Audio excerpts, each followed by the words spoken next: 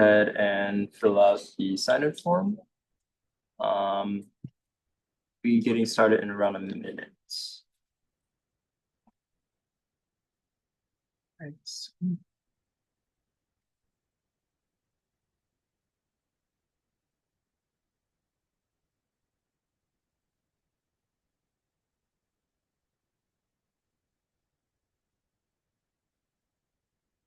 All right, thank you everyone for coming to today's meeting/workshop. Today we have a very special event. Dr. Rucker will be talking to us about resumes and networking and all the in-betweens in the professional life. So without further ado, please give a round of applause for Dr. Rucker. No round. So let's see, good afternoon to everyone who's joining in the room as well as online. I was asked to do a quick, well, not a quick, 30 minutes on my charts, and then maybe another 30 minutes talking to you about your resumes. And I think that what I'm going to do is I'm going to touch a little bit about who I am first, so that you guys that don't know me will get to know me, and what I've been doing for the past 20 years here at Cal Poly Pomona, working with students and all that kind of stuff. And then I will get into the resume discussion, and what I'd like you guys to do, hopefully you have them, either an electronic copy or a hard copy of your resume. Have it in front of you, because what I'd like to do is actually walk you through section by section what things you want to have in your resume, and then we can get into a discussion about what's missing, why it's missing, and what maybe you might want to put in there. Yes. Just a quick add on to that. We made a quick Google form. Tommy, if you could share the link in the Zoom chat. If you want to have your resume seen so that we could kind of use that as an example, please put your resume in the Google form. Yeah, and did you send the link, Tommy? Okay, thank you. And also for those on Zoom to be able to get some advice on the resume as well. Thank you, Brett. Appreciate that. I will tell you that I try not to do resume reviews like on the spot, and there's a reason why. I found that when I try to do resume reviews on the spot, I don't have the benefit of all of my tools and resources and things that I have on my laptop to share with students about some of the things that they could put in their resume. In your case, it would be cybersecurity kind of stuff. Most of you CIS majors? Yes. What are you majors? CS. CS and CIS? Okay. So yeah, I would imagine that there's a lot of stuff that you'll want to know that I have, and I'm going to touch on it in my presentation, but stuff that like skills, specific skills that you should have, programming skills, that kind of stuff. Also, relevant classes that you may have taken or should be taking. So I'll talk about that in the presentation, but I have way more information, when I'm sitting on my laptop and I can just kind of pull here, pull from there and send it to you than I would if I was just standing in front of you reading your resume. Can the folks hear me online? Okay. I checked that. Yeah, you're good? Okay, good. So, and Brad, if you don't mind doing my slides for me, I'd appreciate it. Of course. All right, thank you. So let's move on. Picture me when I was a sophomore here at Cal Poly Pomona, I don't know, somewhere in 1981. Let's see, I guess I would have been probably a junior at this point in time. And yeah, tossing frisbees here in the quad. Loved to play frisbee. That was kind of like my thing back in the day. We didn't have Game Boys and all that. We didn't have all these games you could do. We didn't have cell phones. I could tell you about all the stuff we didn't have, but you'd be like, oh, okay, Mr. Rucker, you want me to get out a violin for you and play for you while you're telling us all this? Make sure you take one of each back here, okay? Thank you. So no, I'm not going to tell you all the stuff we didn't have, but I'll tell you that tossing frisbees in the quad was something that I like to do. It was a way to get a little exercise and just kind of burn off the steam of the day. So move to the next slide. I want to let you guys know I am a Cal Poly alumni, class of 1983. Long time ago. Back when before some of your parents were probably even born. The things that I have on this slide really are just kind of my way of introducing you to who I am and why I'm here and what I've been doing for the past 20 years. I say 20 years. People say 20 years? Wait a minute, Mr. Rucker, are you a faculty member here? No, I'm not. I am an alumni who is happy to help students achieve their goals, their career goals. And anything that I can do to help those students, help you students achieve those goals, I will. Those of you who are in the room have received a couple flyers and things from me that, sorry, you guys need something back there? You guys need some help? No. Okay, because I really tell students when I'm talking, please pay attention, correct? And if you got something to say, I'll stop unless you guys get it done.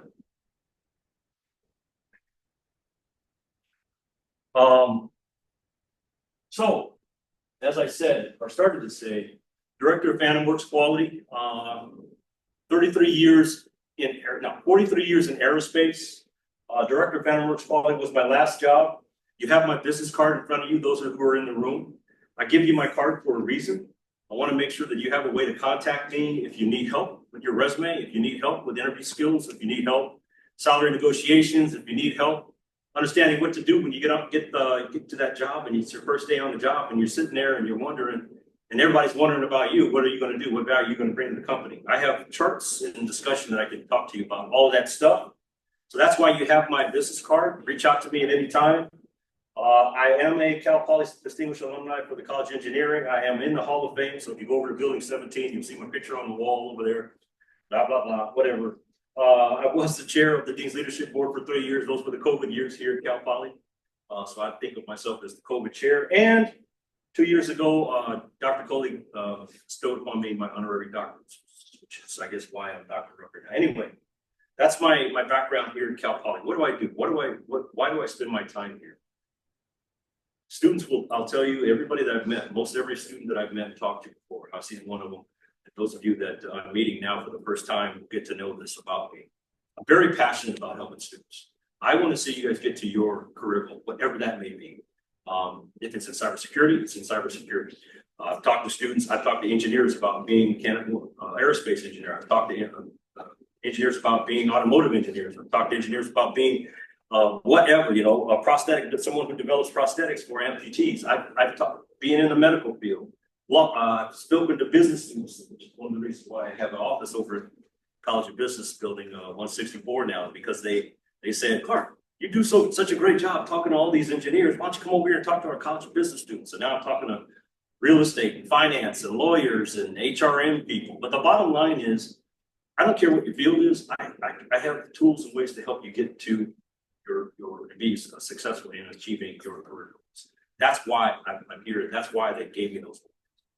On the right side of this chart, it tells you my high school in San Diego that I graduated from. And I'm going to breeze through this because we got a whole lot more important stuff to talk about. I graduated from high school, Monte Vista High in San Diego back in 1977. One day, my physics teacher in my senior year walks up to me and says, "Hey, Clark, you'd be a good engineer." I said, "Why? Why engineer?" He said, "Because you're good at math, you're good in science, you're good in this, you're good in that, pretty sharp, good grade, good GPA, you ought to go be an engineer." I said, "Wait a minute, engineers drive trains." You're not laughing. Back in those days, that's what I thought engineers did. They drove trains. And he said, "No, go look up what engineers do." I did. I took an engineering aptitude test. I scored really high. Applied to 4 colleges: Caltech, MIT, Cal Poly Pomona, and Cal Poly SLO. And I ended up at Cal Poly Pomona. I got accepted at all 4, but I ended up at Cal Poly Pomona. Why? Because it's the closest school to San Diego. Sophomore year, I'm sitting in my dorm room. Ad comes on the radio for part-time jobs at General Dynamics, which was right over the hill over here. I hopped on my moped, rode over to GD, gave him my resume. The guy said, "Come here, I want to talk to you." I sat down. He asked me why I wanted to work at General Dynamics, and I told him about all my fascination for technology and why I wanted to be an aerospace engineer. And that conversation lasted about 5, maybe 10 minutes, because I was like been in his ear big time. And finally, he said, "Okay, time out. You got the job." So that was my first aerospace job, sophomore here at Cal Poly, working at GD. 5 years later, I went to Northrop Grumman and worked on the B-2. 5 years after that, I went down to McDonnell Douglas and worked on International Space Station. One day, a lady walks in my office and she says, "Clark, you know what? John McDonnell's coming. He's doing a tour of all the sites." John McDonnell is the president of McDonnell Douglas. He's doing a tour of all the sites. "We want to invite you to a meeting where you can sit down with him and tell him, you give him some of your ideas. He's got questions." I said, "Sure." I went to the meeting, sat around the table, about 10 of us, young and upcoming kind of engineers in the room. John McDonald asked a question. He says, how can we do things at our company to make our company more efficient and effective, make our employees want to do things and be more than what they're currently being? And I had just read an article in a magazine. I got my hand in there and I waved like I didn't care. And John McDonald looks at me and he says, Clark, what you got? And I started telling him about IPTs. I started telling him about paper performance. I started telling him about bonuses. I started telling him about all kinds of stuff that they weren't doing at that point in time. And as I'm talking, he's writing, and I'm noticing that he's looking at my name tag on my badge while he's writing. Next thing I know, then he walks into my office. He says, we want to put you, go send you back and get your master's degree. I was like, okay. Wasn't too happy about it because Cal Poly kicked my rear end when I was here. So I said, okay, I'll go back. I got my master's degree from Claremont. After that, not too long after that, she comes to my office again. She says, we want to put you in a rotation program. Like rotation program, what's that? Oh, you're gonna fly out and fly back and be somewhere on location for 2 weeks, come back, visit your family, and then go out again. I said, wait, I got a 4-year-old son, I got a 1-year-old daughter. I don't think my wife's gonna be too happy about that. She said, no, you don't understand. You're in the program, we just want to know when you start. So next thing I know, I'm off to Mesa, Arizona, Philadelphia, Cape Canaveral, St. Louis, working on F-15s, F-18s. Chinook helicopters, V-22 Ospreys, double launch vehicles, et cetera, et cetera, et cetera. In fact, if you click the next slide, during my career, I worked on everything from satellites to submarines and everything in between, except commercial aircraft. So do not ask me about 737 doors. Do not ask me about 777 wheels. Okay, I don't know anything about that stuff. All right, I can only tell you about the stuff that I've worked on in the past. And believe me, I had a great career working on. In fact, at my house, my wife is not too happy because I have a model just about every program that I worked on, which meant that I have about 40 models at my house right now. And she's like, really, hon? Do you need this many models? Yes, dear. I hear you. So anyway, yeah, that's all some of the stuff that I worked on. Next slide. So bottom line, I spent a lot of years in aerospace engineering. However, plain and simple, I'm a Bronco. Bronco first, okay? Just like you. Wrong. And that's why I do what I do. So I want to help you be successful just like I was in my career. So at the graduation ceremony back in 2023, when the students were graduating, I gave a speech. Part of that speech is captured on that slide. What I said was, I told the students as they're graduating, no matter what anyone says to you as far as trying to give you, set your limitations, tell you how far you can go, tell you what they think your capabilities are, telling you where they think, how far up the ladder they think you might be able to achieve, telling you that you can't break through that glass ceiling. No matter what anyone else tells you, there's only one person on the face of this planet that can determine what your limitations are, and that person is you. Just remember that.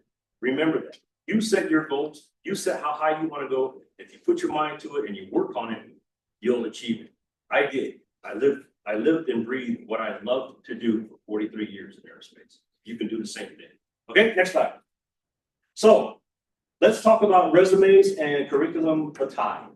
I'm also going to talk later on about networking and LinkedIn and a little bit about elevator pitches. So I'm hoping that you all have your resumes available because I'm going to walk you through this section by section.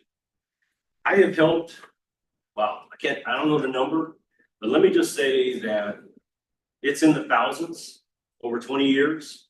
I've helped college students, not just from Cal Poly, but other schools as well, identify the things that need to be in their resume that a hiring manager wants to see. Now, you go to a career center, you go to a career counselor, you go to an HR specialist, you go to somebody who's, from the school or whatever, they're going to tell you, oh yeah, you could use AI, you could use this, you could use that tool, all these tools that are out there that will help you realign and adjust your resume. And maybe 85 to 90% of it will be great.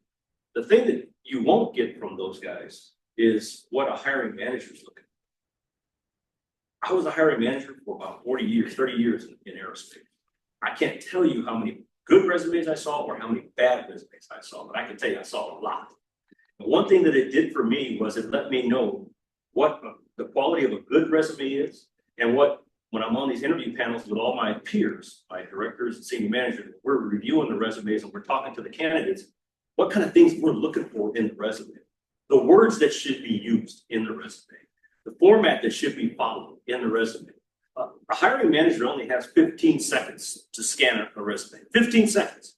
So in 15 seconds, I got to be able to get from top to bottom and understand what skills you have, what knowledge you have, what experiences you have, where you've been all your time here, both at Cal Poly as well as elsewhere, and anything else that might be an attribute to you getting hired as a blank, whatever that blank may be. If I'm hiring an aerospace engineer, I want to see aerospace engineering skills. If I'm hiring a computer information scientist, scientist, I want to see CIS skills. If I'm hiring a computer scientist, I want to see CS skills. If I'm hiring a computer engineer, I want to see CE skills.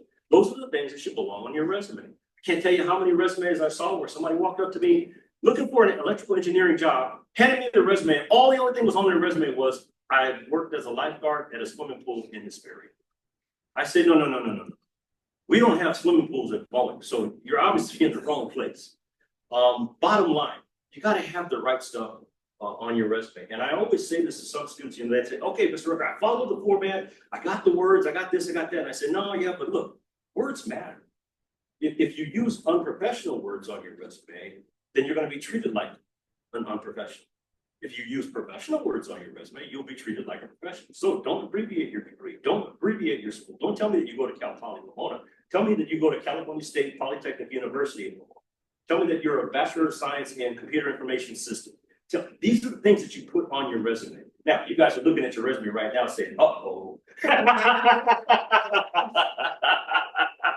We're going to talk about all this stuff. Anyway, that's some of the stuff that we're going to talk about today. So, Brad, let's go to the first chart. Obviously, first thing that I'd like to share with students is, unless you're face-to-face at a career fair, the only thing that a recruiter or someone's going to see from you, other than your application, will be your resume. So, next slide.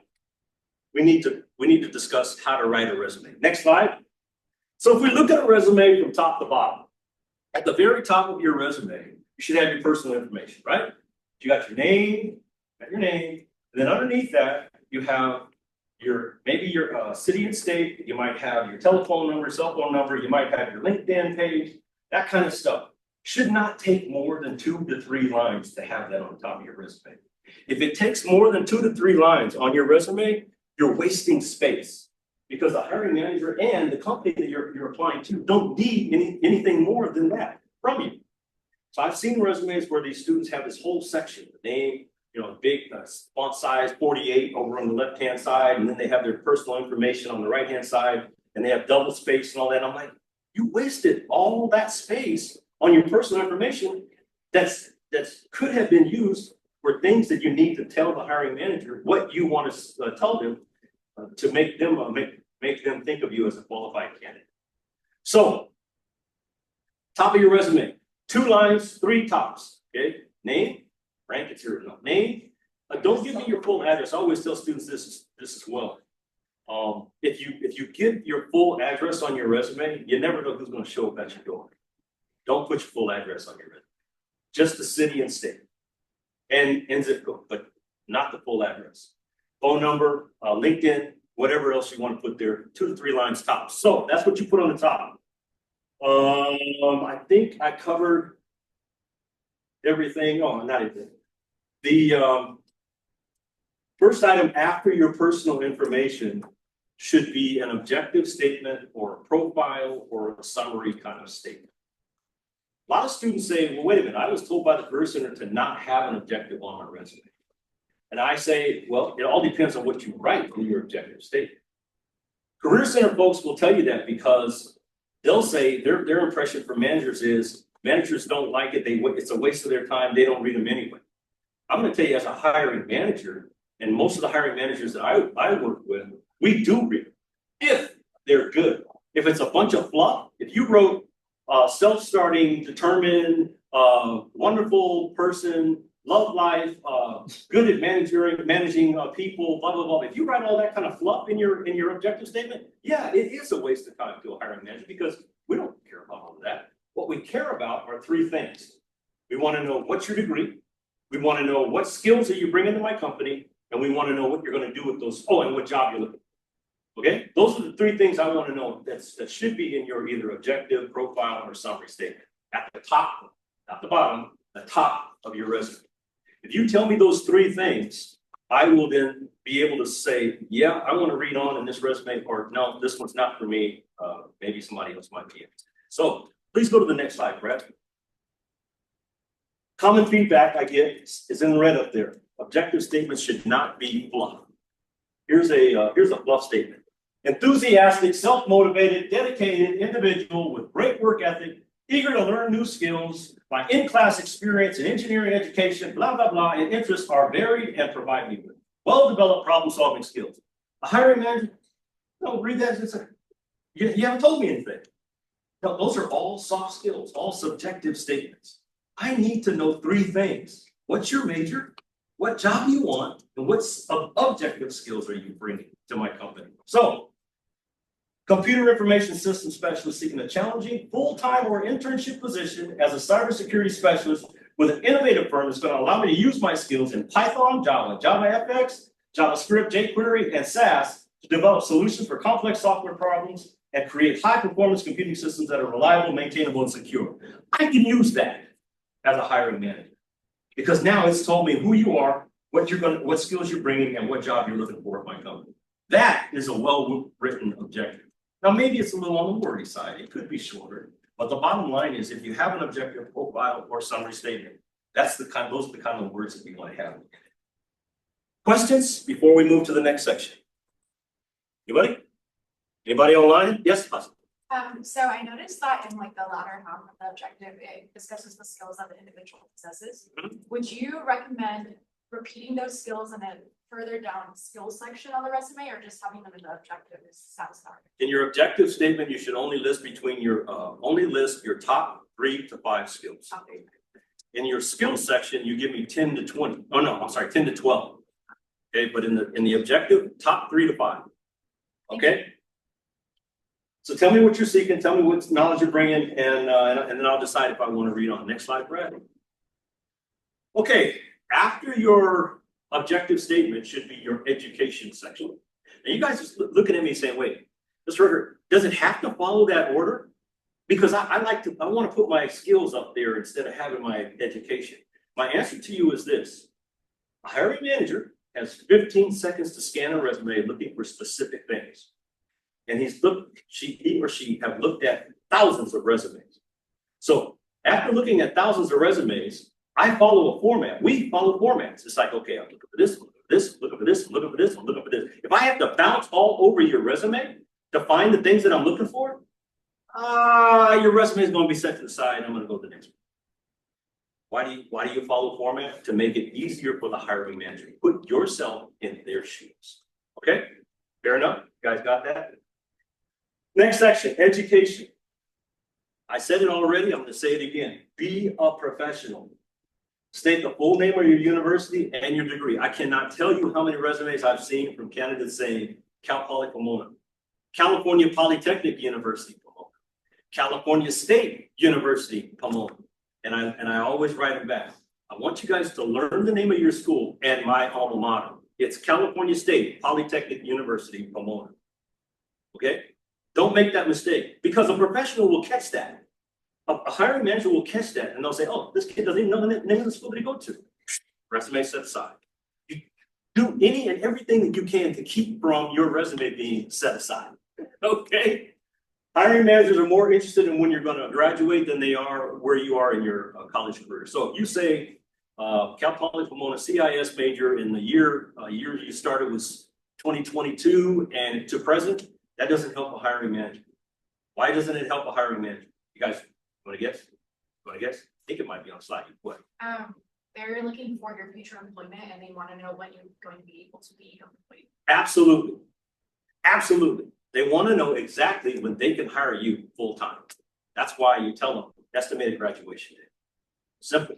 You don't even have to tell them when you began. Just tell them when you want to graduate. Because that's all we're really interested in. We can figure out where you are just by the year that you're going to graduate.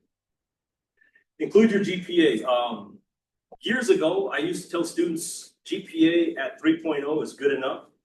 Then the Career Center told me at an event just this past fall, no, Clark, it's 3.5 now. I was like, what? Are you kidding me? 3.5? The expectation is if you don't have 3.5, you can't go on. You can't, put it on there. They said, this is what it is. And I was like, well, here's what I want to tell students, right? You're between 3.0 and 3.5 and you feel confident in your skills and your other projects that you worked on and experiences, put it on. But if it's below 3.0, you better have a good reason on why it's below 3.0, right?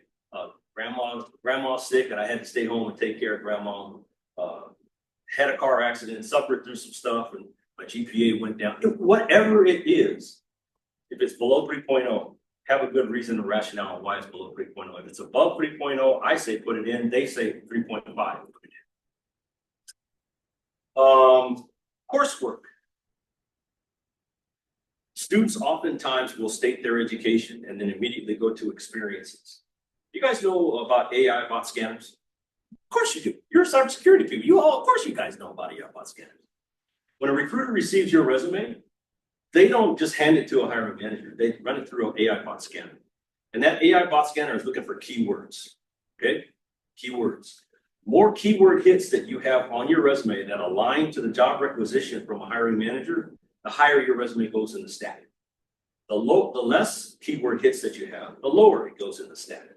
So, what adds keywords to your resume? Classes you've taken. If you have taken, let's see, in your case, do I have it up here? I might have it on my next slide, I'm not sure. But bottom line is if the classes that you've taken will add to the number of keywords that are in your resume, and it will give you higher hits through that AI bot scanner, which will put it higher up on the list for the recruiter and then ship it over to the hiring manager. You guys get that? Fairly easy to understand. Next slide. 10 to 15 courses is what I always recommend. So here's one for education section for a student in computer information systems. What it says now, Cal Poly Pomona BS Computer Information System. What it should say, California State Polytechnic University Pomona. Graduating in May 2027. Bachelor of Science, College of Business Computer Information Systems.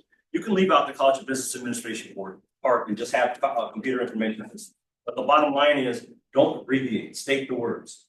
Underneath that, related coursework, digital circuit design, using Verilog, signals and systems, objective programming, blah, blah, blah, blah, blah, blah, blah. You guys get the picture?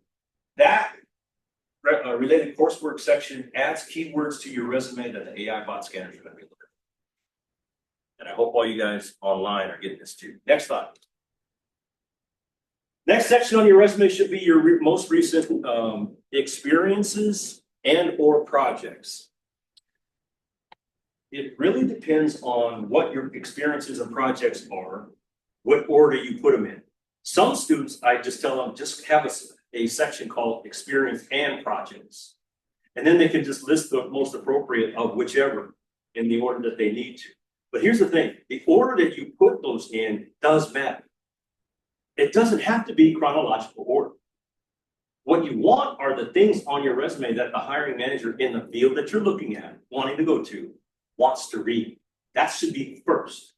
So if you, let's say, worked at Starbucks, and then you went from there to McDonald's, and then you worked at, you were an intern at a company in your field, CIS, and then you were another internship at a company in your field, CIS, and then maybe you worked on a project, CIS. What order would you put those in? You put all your CIS stuff first, and the other jobs last. Even though, you may be working at those precedents, you put them last. Why? Because a hiring manager in your field is going to look at the resume and look at that experience, the experiences in the order that they're listed. And if you got stuff that's not applicable, to the job that they're hiring you for, your resume gets set aside. They won't even look at the stuff at the bottom. They just set it aside because they figure, well, if this person wasn't smart enough to put the stuff that I need to read at the top, I'll move on, right? So, and as crass as it sounds, hiring managers only have a certain amount of time to go through a resume. So you got to have the right stuff in the right order. One essential way of figuring out is what's more relevant to the job you're applying for. Regarding your project section, if you're members of CPP Fast, obviously you've been doing this for a while. You should probably put that high on your resume. If you have internships at a company where you have done some information security type things, you've done some computing type things, you put that high on your resume in your experience or project section. Even I tell students this: if a student only has experiences that are unrelated to their career, but they have a whole lot of projects that are related to their career. Don't put your experience first and your project second. Switch the order. Put the projects first and experience second. Again, you want the hiring manager to read stuff that's applicable to the job first. Let's see. State the company that you're working with. Across from that, you state the dates that you were working with them. You make sure that you tell them the times of your job. In fact, and I'm sorry for the folks online that don't see me right now, but these are the 4 questions that you ask or you answer underneath. Make sure you grab one of each of those, sir. These are the 4 questions that you need to answer in every experience and project section of your resume. Answer these 4 questions. What was your title or your role? What did you do? What was your task that you did? You performed, not the team, because I'm not hiring the team, I'm hiring you. So tell me what you did. What specific CIS skills or CS skills or CE skills did you use to perform your task? A lot of students will tell me, they'll say in their resume, I did this, I did this, I did this, I did this, I worked on that, we built a rocket, we launched a rocket, yada. But they never tell me all their skills that they used to do the things that they did. See, why would you imagine that it's important? I'm going to ask you honestly. Why would you imagine that it's important to tell a hiring manager the skills that you used to do what you did? Because by knowing the skills you acquired through whatever project or experience that you have, they can see if that can be applied to what they're asking of you within the job description or whatever they're applying for. Bottom line is a hiring manager wants to know that you have acquired some skills and you know how to apply it. So if you answer that question by used for those, well, I haven't gotten skills yet, but you used C++ to do such an XYZ, use JavaScript to do ABC, use blah, blah, blah to do Tableau, to do this. If you state the things that the skills that you use to do these things, it lets me know that you know how to take the skills that are in your head that you've learned. You spent all these years learning and apply them to a task or a project. And those are the candidates we want to hire. And then last but not least, a lot of students will forget to say what the results were. Hiring managers always want to know that whatever you did made a difference. Whatever you did, it made a difference. So you state at the last bullet or part of that last bullet, you state in there that you won the competition or you presented to the instructor and got an A on the project. Whatever it is that the results were, state your results, okay? Because we want to know what you did made a difference. Next slide. Yeah, this was a lifeguard in this experience, right? So this young man walks up to me at a career fair looking for an electrical engineering job, and this is all he's got on his resume. I told him, hey man, we don't have pools, so sorry.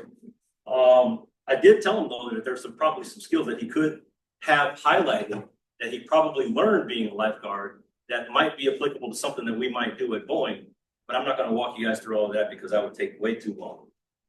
Resume should say anything that's directly related to the degree, no more than 3 to 5 bullets. I see resumes all the time where somebody has an experience and they list 8, 11, 12 bullets underneath that experience. And I always say a hiring manager is not going to read 8 to 12 bullets. We only have 15 seconds. Give me 3 to 5 and then move to the next one. Give me 3 to 5, move to the next one. Okay? Each bullet should be a heavy hitter. What did you do to cure world hunger kind of bullet?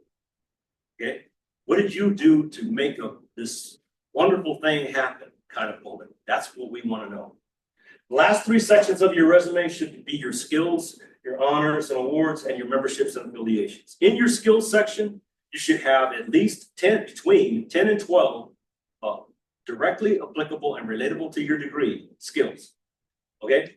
I say this for a reason. I cannot tell you how many resumes, when I go to the skills section, the first thing they wrote, Microsoft Office, Excel, PowerPoint. Then they talk about self-starter, determined. Then they talk about, and I'm looking at this going, no. Microsoft Office should be one of the last things that you write about. If you're a CS major, CIS major, tell me those skills. Give me some of your skills you guys have. That's CS or CIS. What's your major, sir? CIS. Okay, what kind of skills do you have that are CS, CIS skills? Obviously, give me more. Want to see my resume? No, I want you to pull up your resume.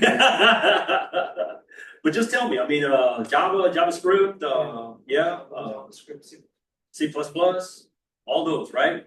Those are the skills that you put in the section, in your skills section, and you put those first, right? Because I'm hiring a CIS major, I want to see those skills first. After that, you can put Microsoft Office. In the technical field, I'll just tell you right now, in the technical field, typically speaking, hiring managers are not looking for soft skills on your resume. But let's just say that you were a HR major, or you were project management major, or you were someone who deals with people, customer support major. Yes, that's when you would put soft skills on your resume. All right? Because those soft skills are important in those kind of jobs.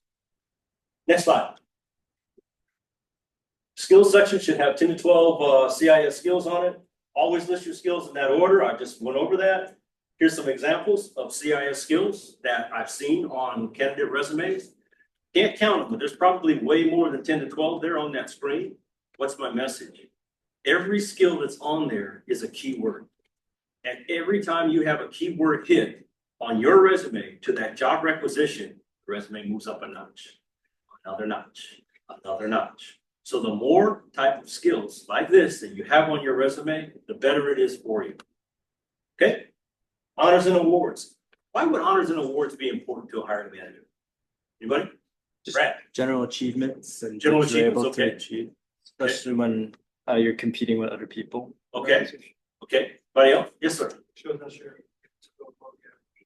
Shows that you're able to go above average. In fact, that's exactly the point. The point is that it shows that at some point in time, somewhere, someone recognized you for doing something above and beyond.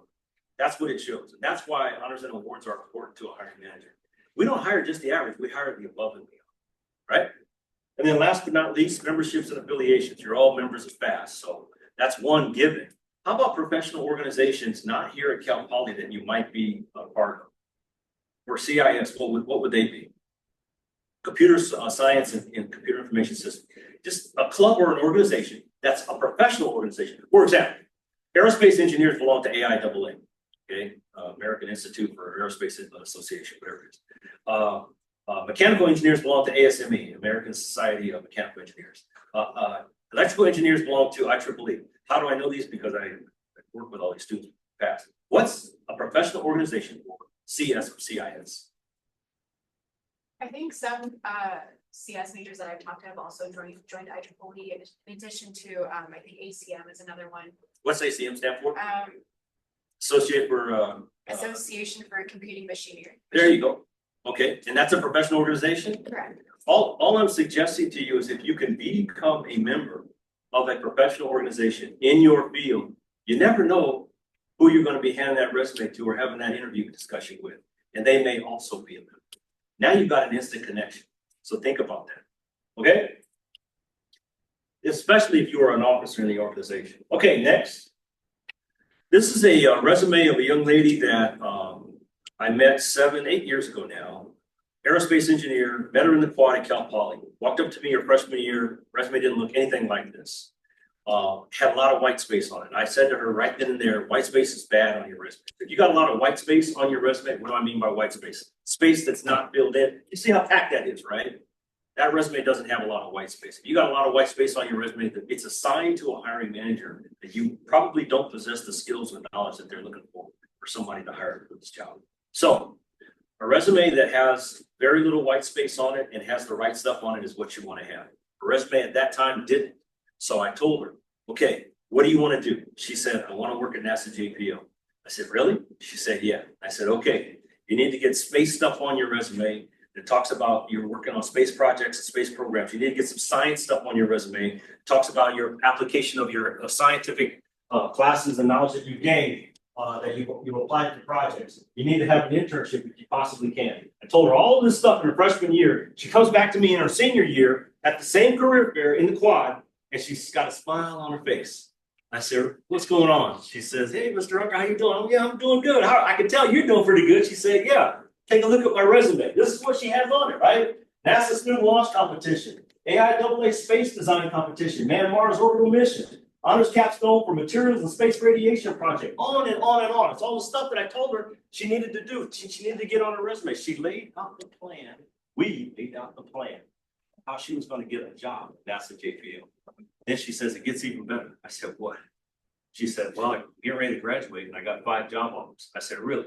She said, yeah, Lockheed, Raytheon, Northrop, Boeing, and NASA JPL. I said, you hit all the big 5. You knocked it out of the park. She said, yeah, it gets even better. I said, what? How can it get any better than that? She said, well, I took the Lockheed offer to Raytheon and told them they're going to offer me this. Can you beat it? I took the Raytheon offer to Northrop. They're going to offer me this. Can you beat it? By the time she got the NASA JPL, at that point in time, 8 years ago, when engineer salaries coming out of college was between 65 and 85, NASA JPL gave her an offer of 105K. What's my message? If you plan how you're going to get there and have the right stuff on your resume, you will get there. Her awards and honors section were great. Her skills section, great. And her memberships and affiliations, she has all of the clubs as well as the professional organization that she should have belonged to on that resume. She did a great job. The only thing she didn't do, of course, is put right in the executive statement. This was before I started telling the students they needed to do that. Next slide. So, last set of resume tips. Wouldn't it be a shame for you to go through college, 4 years, 5 years, 6 years, however you made it to the 6? People say, Mr. Rucker, it took you 6 years to get through Cal Poly? Yeah, because I was working almost full time the whole time I was going to school. But wouldn't it be a shame if you go through all these years here at this school, getting ready to graduate, and you can't get a job? Wouldn't that be a shame? I can tell you, I met and know many 2024 College of Engineering, College of Science, College of Business graduates who graduated last year who had a real tough time finding a job. Why did they have a tough time? Most of the aerospace companies were in a downturn situation, so they were laying off employees and they weren't hiring. But I told them, take a look at the small companies. If you got the right resume, the smaller companies are going to pick you up. Many of those students, I'm not going to say all, because not everybody has gotten back to me, but many of those students got jobs at the smaller companies. Andrew, General Atomics, Glen Air, Siemens, those kind of companies pick those students up because they're available. My message, you don't want to be that person who graduates and can't find a job. So let's tune that resume up now. Let's plan your path, and let's make sure that you have a place to go and that hiring company is going to want to bring you in. As an undergrad, it's simple. Clean one-page resume. If you're a graduate student, anybody here a graduate student? No? If you're a grad student, yeah, you're allowed to go over one page, but undergrad students should have a one-page resume. And after the day, when the day's done, you should be proud to look at your resume. I've seen comments from and received emails from students that have said to me, Mr. Rucker, when I gave you my resume, I wasn't very happy with it. I didn't feel like I was putting my best foot forward. But now that you've given me the feedback that I give, oh, by the way, how many pages of feedback do I generally give students when I do their resume? Many pages. Several pages. You guys, I hope you heard that. I give you several pages of feedback because I don't just tell you what to do, I tell you why to do it. I tell you what words are important, and I do it section by section, correct? Yes. Okay, so just like we walk through section by section here, when I give you resume feedback, if you choose to send me your resume, it will be section by section, word by word. And I will make sure that you got the right words, the right stuff on your resume. But hopefully, and as I started to say, by the time you've done and got your resume completed, you feel really good about what your resume looks like. That's what's important to me, and that's what I hope is going to be important to you. Be proud of what you've accomplished. Make sure that you are one of those candidates who's got a history of making an impact, and it's stated in your resume. Next slide. All right. How much time do I have? I think we have around 3 to 5 minutes. Okay. Take a look at your resume right now. If you have it in front of you, take a look at your resume. Because this is really the more important piece to me. Look at your resume and tell me, do you think, first off, are you proud of it? And then secondly, do you think that you have all the stuff in your resume that I just went through? How many hands? Yes, I got all the stuff there, Dr. Rucker.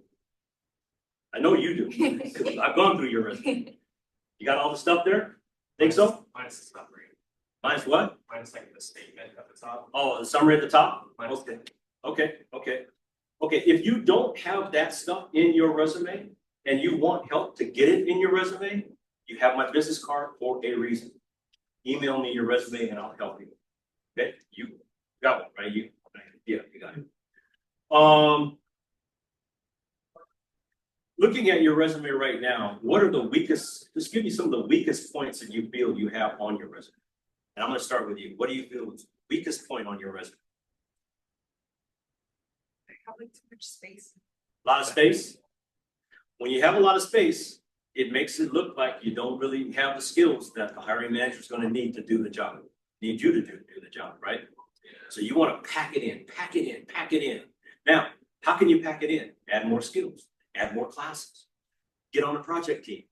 Tell me a little bit more about what you do in FAST. That's the way you pack it in. Don't make the font bigger. That's not going to work. Okay. Anybody else? Weakest section? Yes, sir. It's over a page, and you are an undergrad, right? Yeah. You got to. How much over a page is it? Extra half. There are ways you can consolidate that. If you probably have a lot of words, a lot of bullets about things that you've done. I can help you consolidate that and bring it back down to one page. But most undergrad resumes should be no more than one page long. Anybody else? Want to share? No? All right, networking.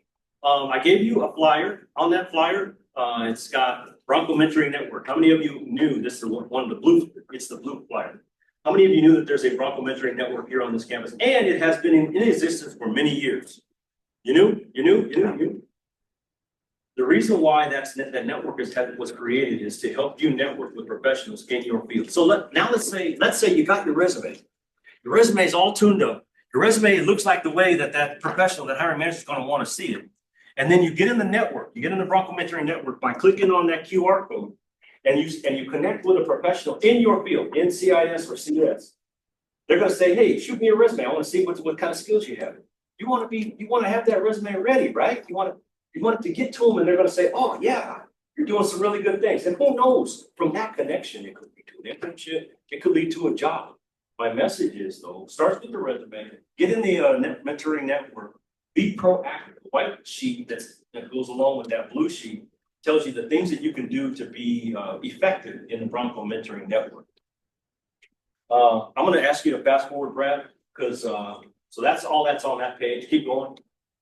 This is People Grove is the tool, the platform that is used for network for the Bronco Mentoring Network. This is a slide that doesn't mean a whole lot to you guys. Next slide. LinkedIn. Y'all in LinkedIn? I hope so. Please connect with me on LinkedIn. I've got a lot of people on my network that you might want to meet. Next slide. When you meet a professional, what do? You walk up. You say, "Hi, my name's Rucker. How you doing? What's your name?" What's it? Forrest. Forrest, good to meet you, man. What do you do? Undergraduate. And what's computer science? CIS. CIS. Oh, great. I used to be a director of quality for Boeing. What kind of stuff are you interested in? What do you like to do? Cybersecurity. Oh, yeah. Program, have you guys been in a competition? Have you been in a competition? Done some stuff? This is how you engage with a professional. You just start talking. Don't be afraid. I can't tell you how many students are so, "Oh, what do I say? What do I do? How do I interface?" We're almost done.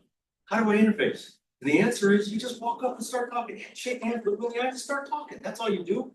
There's a lot of bullets on this slide that'll tell you other things, questions you can ask and all that kind of stuff. Brad has my charts. Oh, you know what? I meant to give you the PDF version of my slide. Email it to me as well, and I can distribute it. I'll email the PDF to us.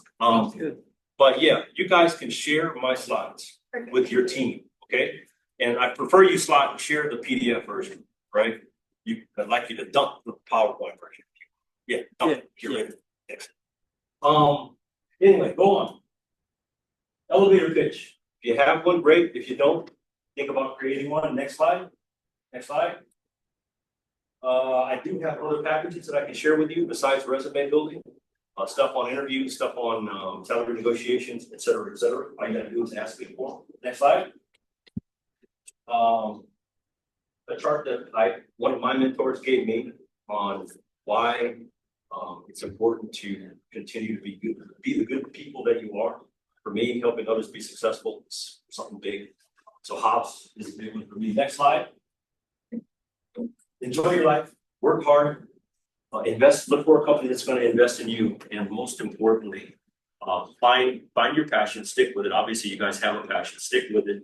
I can help you get to whatever career job you wanna get to. That's the end of my presentation. I hope you guys got something on it. I'm here to help you, okay? I'm here to help you, I mean it. I'm not just saying it, I mean it. You guys take care. All right, thank you guys so much. We're gonna end it here. Hopefully I'll see you guys this Friday for our weekly NCO workshop. Other than that, thank you guys so much.